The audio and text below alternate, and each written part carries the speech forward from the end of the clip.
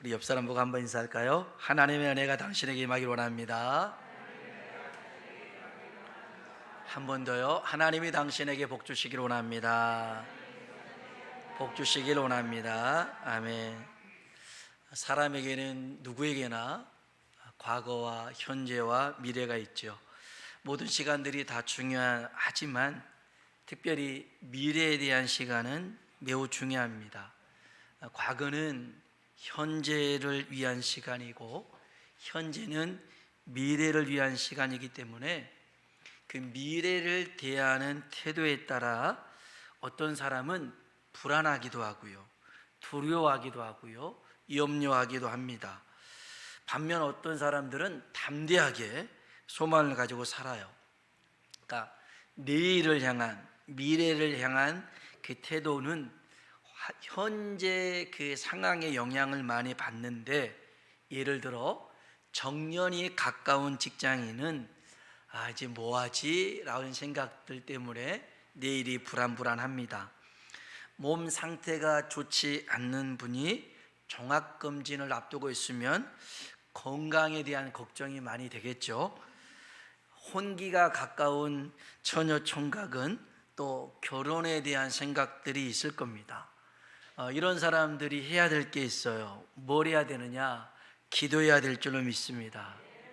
작정하고 기도하고 금식하고 기도하고 소원해서 기도하면 역사가 일어날 줄로 믿습니다.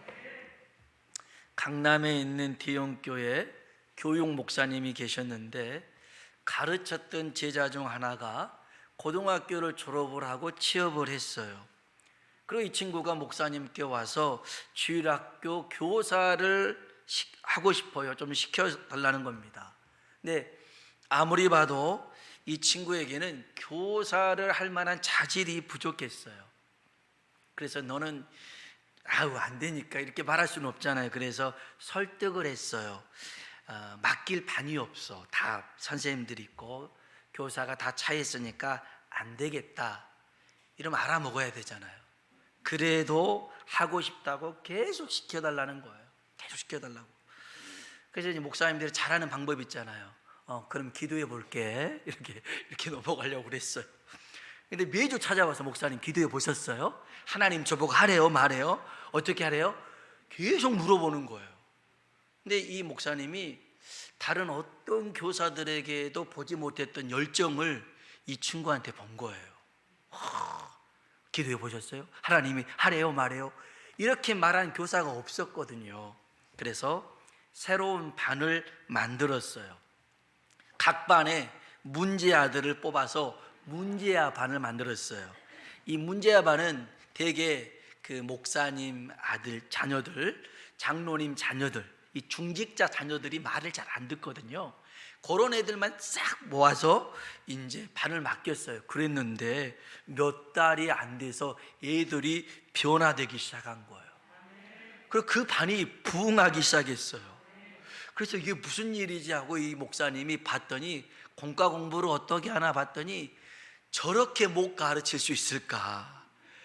정말 너무너무 못 가르치는 거예요. 그럼에도 불구하고 얘들이 선생님을 좋다고 하니까 왜 그런가 보니 선생님이 아이들을 사랑해요. 그럼 믿어주는 거예요. 그리고 정말 이 선생님이 월급의 절반을 이 애들한테 다 투자하니까 애들이 선생님 최고라고 하는 거예요. 몇 년이 지났어요. 이제 이 자매가 교사 시켜달라고 하더니 그 다음에는 결혼시켜달라는 거예요, 목사님에게.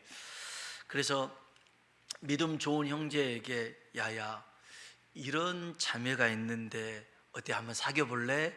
그랬더니 그 형제가 정색을 하면서 하는 말이, 목사님 저를 뭘로 알고 그러세요?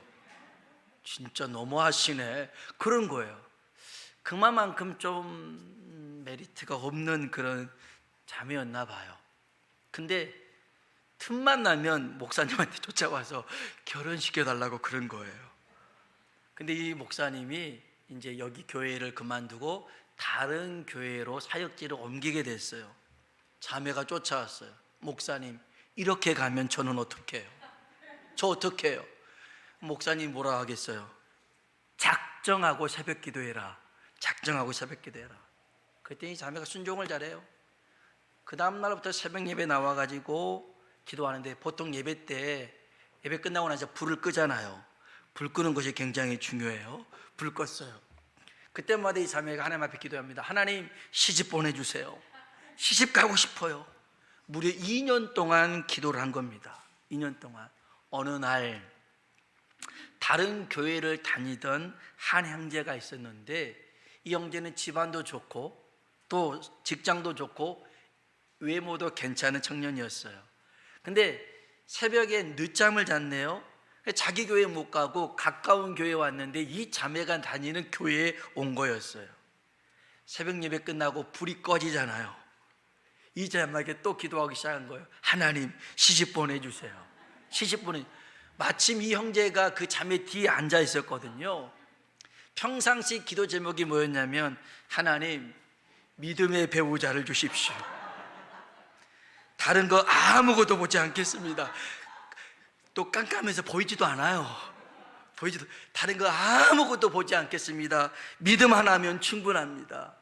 그렇게 기도한 형제였는데, 속으로 생각이, 얼마나 믿음이 좋으면 하나님에게 시집 보내달라고 기도를 할 수 있을까? 감동을 받았어요.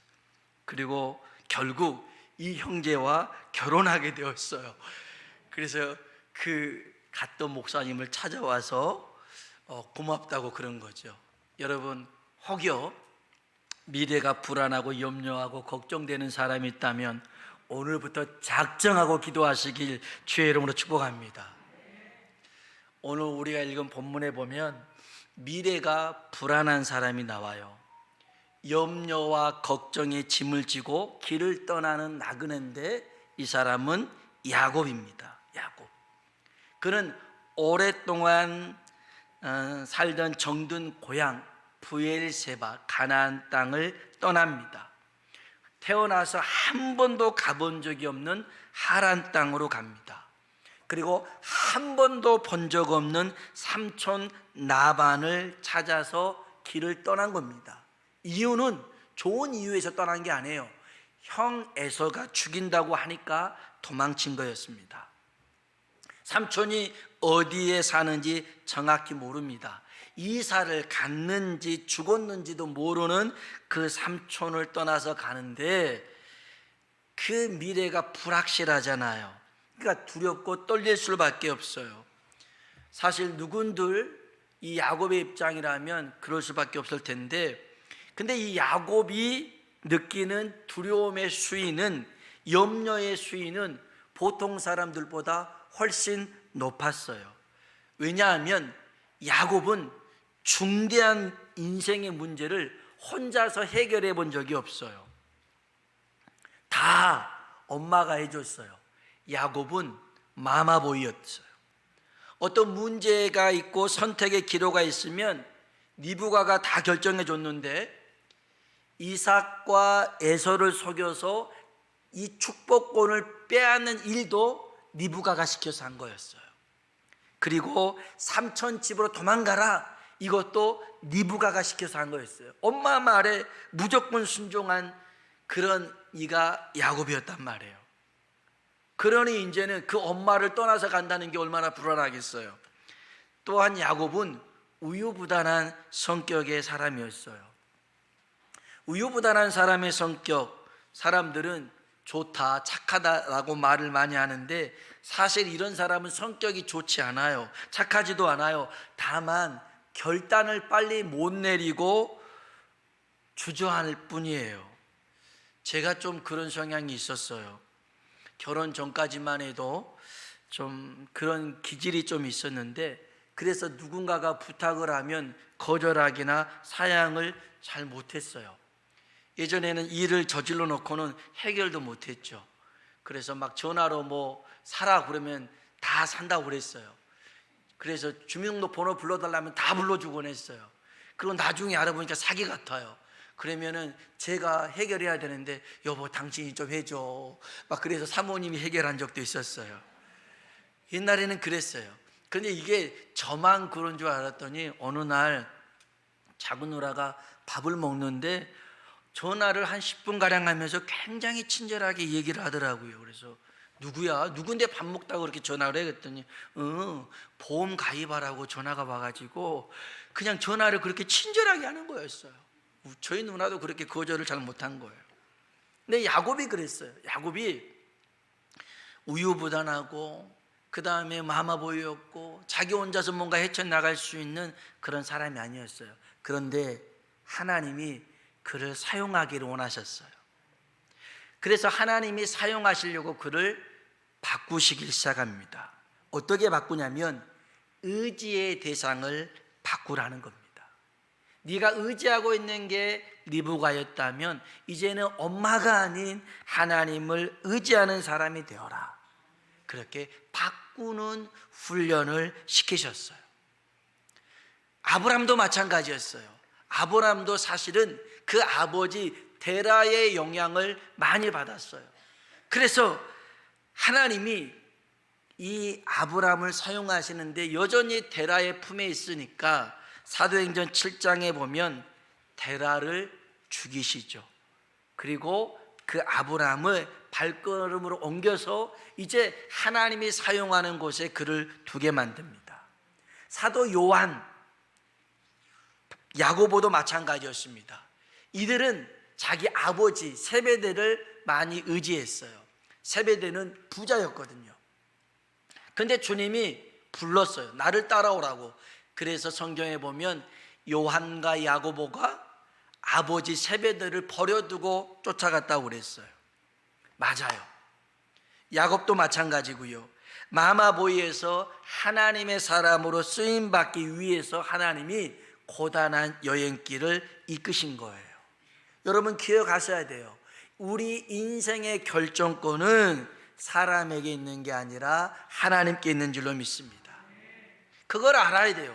그걸 모르면 자꾸 저 사람만 붙들고 있으면 되겠지, 부모 붙들고 있으면 되겠지, 남편 붙들고 있으면 되겠지, 아내 붙들고 있으면 되겠지. 안 그래요. 거기에서 우리 인생이 결정 나는 게 아니에요. 우리 내가 붙들고 있고 쥐고 있는 걸 내려놓고 하나님의 손을 붙잡는 순간 우리 인생이 달라지게 될 줄로 믿습니다. 우리가 하나님께 내어드리고 하나님만 의지하며 갈 때 우리는 하나님의 손에서 빚어지게 될 줄로 믿습니다. 그래서 하나님이 이렇게 의지의 대상, 결정의 대상을 바꾸는 훈련을 시키려고 야곱을 부르신 겁니다. 또 하나, 하나님은요 분명하고 올바른 결정을 내리는 사람을 사용하시는데요, 모세가 시내산에서 하나님의 말씀을 받았을 때에 아론과 백성들이 금송아지를 만들어서 하나님 앞에 범죄하게 됩니다. 이때 모세가 레위 사람들, 하나님 앞에 헌신한 사람들 나와라. 레위 사람들이 나왔어요. 그리고 그들은 칼을 차고 그 범죄한 사람들을 죽입니다. 그날 죽였던 이가 3,000명이나 됩니다. 바울은요 이방인들에게 복음을 전하잖아요. 이건 율법과 전통을 뛰어넘는 일이었어요. 율법으로는 해서는 안 되는 일이었는데 그것을 했어요. 어떻게 가능했느냐? 모세든 바울이든 그들은 기도하는 사람이었고 하나님의 말씀이 기준된 사람이었어요. 그래서 말씀이 기준되니까, 하나님의 뜻이 기준되니까 그런 상황도 뛰어넘을 수가 있었어요. 바울은 고백합니다. 갈라디아서 1장 10절에 이제 내가 사람들에게 좋게 하랴 하나님께 좋게 하라, 사람들에게 기쁨을 구하랴. 내가 지금까지 사람들의 기쁨을 구하였다면 그리스도의 종이 아니니라. 여러분, 우리는 하나님의 기쁨이 되어야 될 줄로 믿습니다. 우유부단했던, 사람을 의지했던, 엄마를 의지했던 이 야곱이 하란으로 도망가는 사건을 통해서 눈에 띄게 달라진 행동을 볼 수 있습니다. 그게 20절로 22절입니다. 20절로 22절 읽어봅시다. 야곱이 소원하여 이르되 나와 함께 계셔서 내가 가는 이 길에서 나를 지키시고 먹을 떡과 입을 옷을 주시어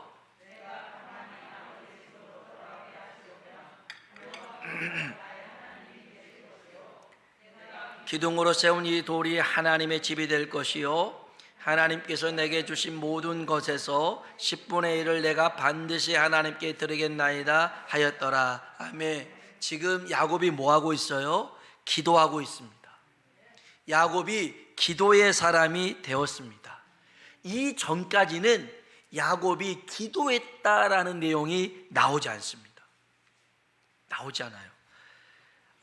이런 일 만나면 기도해야 돼라고 리브가가 결정해 준 것도 아니었습니다. 이제는 스스로가 하나님 말씀을 의지해서 분명하게 결정하는 사람으로 변화되어 가고 있습니다. 야곱이 이렇게 기도하고 결단할 수 있었던 배경이 있는데요, 우리 한번 성경 봅시다. 먼저 10절로 15절을 봅시다. 10절로 15절 같이 한번 읽어봅니다. 야곱이 브엘세바에서 떠나 하란으로 향하여 가더니 거기서 유숙하려고 그곳에 한 돌을 가져다가 베개로 삼고 거기 누워 자더니 꿈에 본즉 사닥다리가 땅 위에 서 있는데 그 꼭대기가 하늘에 닿았고 오락내리락 하고 또 본즉 여호와께서 그 위에 서서 이르시되 나는 여호와니 너의 조부 아브라함의 하나님이요 이삭의 하나님이라. 내가 누워있는 땅을 내가 너와 네 자손에게 주리니 내 자손이 땅의 티끌과 같이 되어 내가 서쪽과 동쪽과 북쪽과 남쪽으로 퍼져나갈지며 땅의 모든 족속이 너와 네 자손으로 말미암아 복을 받으리라. 내가 너와 함께 있어 어디로 가든지 너를 지키며 너를 이끌어 이 땅으로 돌아오게 할지라. 내가 내게서 허락한 것을 다 이루기까지 너를 떠나지 아니하니라 하신지라. 아멘. 아멘. 하란으로 가다가 루스라는 곳에서 잠을 자는데 그곳에서 환상을 보게 됩니다. 사닥다리가 있는데 이 사닥다리가 하늘 끝에 닿았는데 천사들이 오르라 내려라 하는 거였습니다. 근데 이것으로 끝이 아니었습니다. 여기서 하나님이 야곱에 대해서 네 미래에 대해서 내가 약속한다라는 겁니다.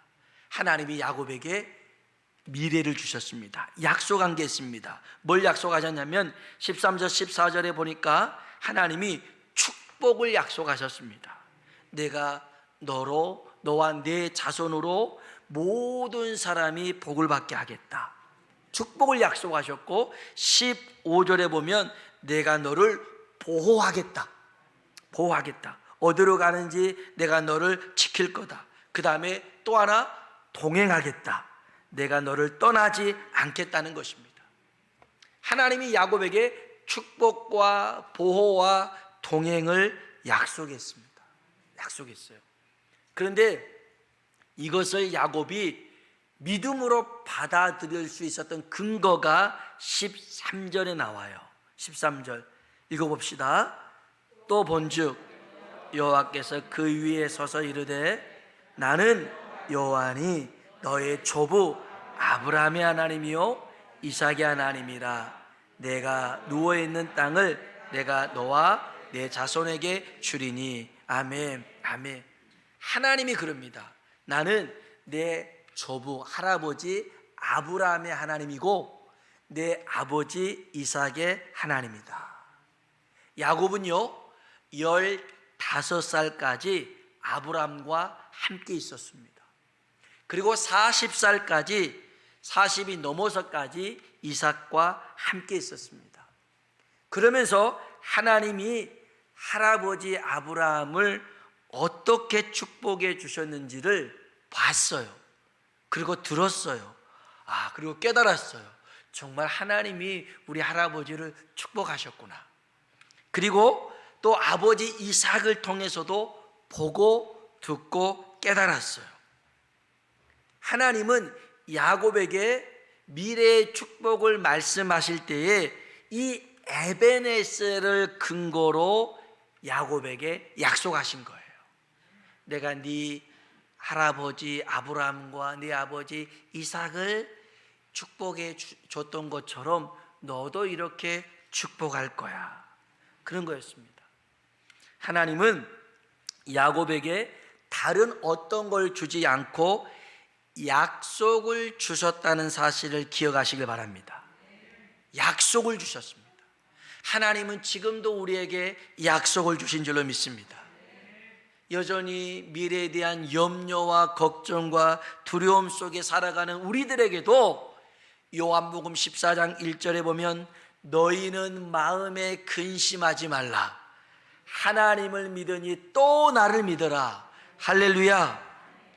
우리 주님은요, 우리가 마음에 근심하는 걸 원치 않습니다. 근심할 시간이 있으면 나를 믿으라는 겁니다. 예수님을 믿으라는 것입니다. 마태복음 6장 24절로 34절에 보니까 주님이 말씀합니다. 공중의 새들도 들풀도 먹이시고 입히시고 기르시는 하나님이 이 모든 것이 우리에게 있어야 될 줄을 아신다는 겁니다. 그래서 무엇을 먹을까 마실까 입을까 염려하지 말라는 거예요. 하나님이 다 공급해 주시겠다라는 겁니다. 그래서 사랑하는 성도 여러분, 내 방법이나 사람을 의지하려고 하는 마음이나 이렇게 우유부단한 성격을 여러분 버려버리고 기도로 약속을 잉태하는 자가 되길 주의 이름으로 축복합니다. 야곱은 미래를 약속으로 받았습니다. 얼마나 좋습니까? 이 약속이 내 것이 되는 방법이 두 가지가 있는데, 하나, 우리 한번 성경을 봅시다. 16절부터 19절 보겠습니다. 16절로 19절 읽어볼까요? 야곱이 잠이 깨어 이르되 여호와께서 과연 여기 계시거늘 내가 알지 못하였도다. 이에 두려워하여 이르되 이곳이요 이것은 다름이 아닌 하나님의 집이요 이는 하늘의 문이로다 하고, 야곱이 베개로 삼았던 돌을 가져다가 기둥으로 세우고 그 위에 기름을 붓고 그곳 이름을 베델이라 하였더라. 이 성의 옛 이름은 누스더라. 아멘. 아멘. 하나님께 약속을 받았던 이 야곱이 첫 번째로 했던 게 뭐냐면 제단을 쌓았더라는 것입니다. 예배의 단을 쌓았어요. 여러분, 예배를 통해서 하나님의 약속, 언약을 계속 유효화시켜야 될 줄로 믿습니다. 하나님의 약속을 계속 상기시켜 드리는 방법이 뭐냐면 예배입니다. 시편 50편 5절을 보면 나의 성도들을 내 앞에 모으라. 그들은 예배로 나와 언약한 이들이니라. 예배로 하나님과 언약한 이들이 우리들입니다. 출애굽 20장 24절에 무릇 내 이름을 기념하게 하는 곳에서 내게 강림하여 복을 주리라. 예배는 하나님의 복을 받는 통로인 줄로 믿습니다. 철저한 예배 생활 없이는 약속된 미래를 할지라도 내 것이 될 수가 없습니다. 그래서 예배의 제단을 쌓아야 됩니다. 하나님께서 나를 축복하지 않는다고 원망하고 불평할 게 아니라 내가 먼저 예배의 단을 쌓고 있는지를 돌아봐야 됩니다. 예배가 예배되도록 우리의 몸을 거룩한 산 제사로 하나님 앞에 드릴 수 있길 주의 이름으로 축복합니다. 두 번째입니다. 예배 제단을 쌓을 뿐만 아니라 두 번째로 야곱이 했던 것은 소원의 기도를 했습니다. 결심 기도를 했습니다. 아까 읽었던 말씀 다시 한번 읽고 말씀을 마치겠습니다. 20절부터 끝절 읽어보겠습니다. 소원하여 이르되 하나님이 나와 함께 계셔서 내가 가는 이 길에서 나를 지키시고 먹을 떡과 입을 옷을 주시어 내가 평안히 아버지 집으로 돌아가게 하시오면 여호와께서 나의 하나님이 되실 것이요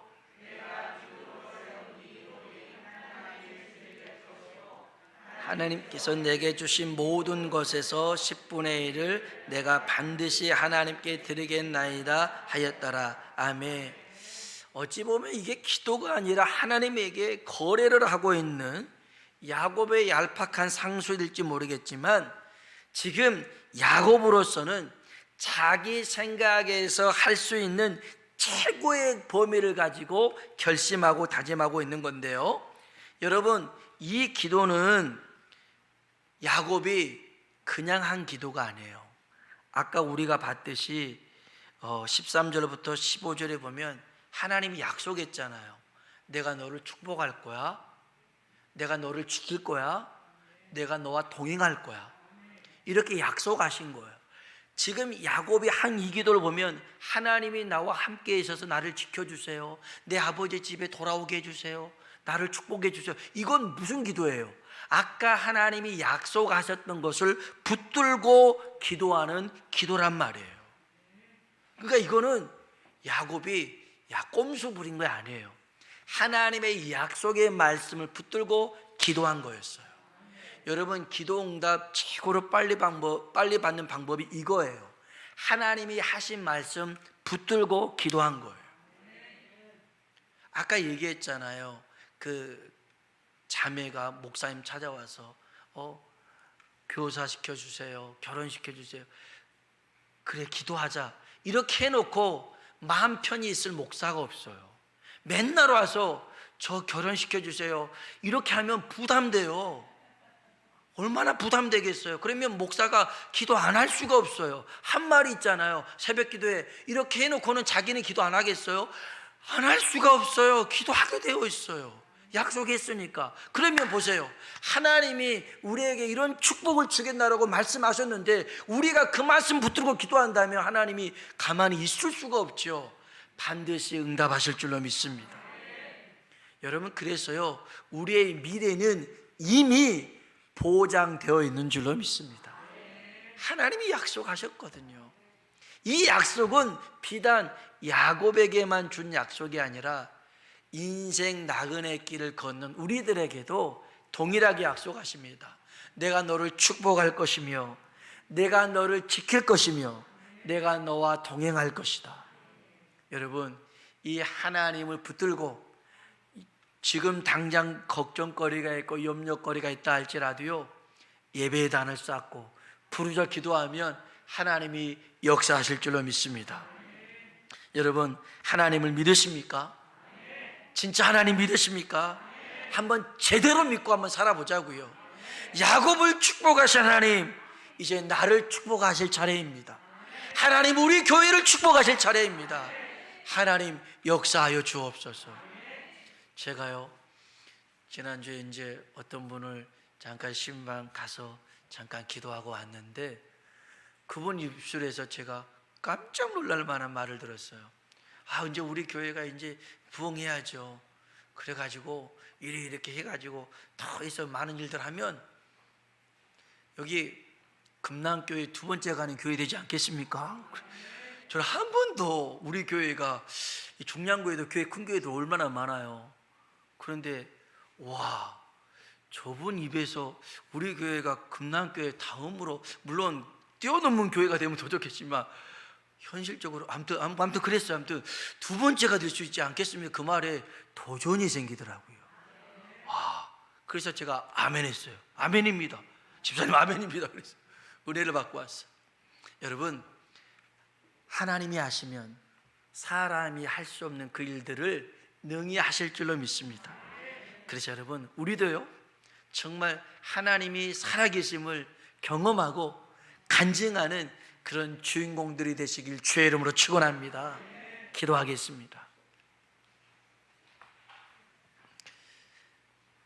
짧은 시간에 야곱의 심정을 다 묘사하지는 못했습니다마는 몹시 괴롭고 몹시 불안하고 어찌할 바를 모르는 발걸음이었습니다.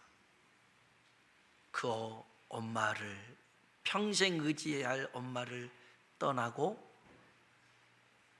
강약길에 어떤 위험이 있을지도 모르고 가진 거라고는 지팡이 하나뿐인데 어떻게 될까? 내 인생 어떻게 될까?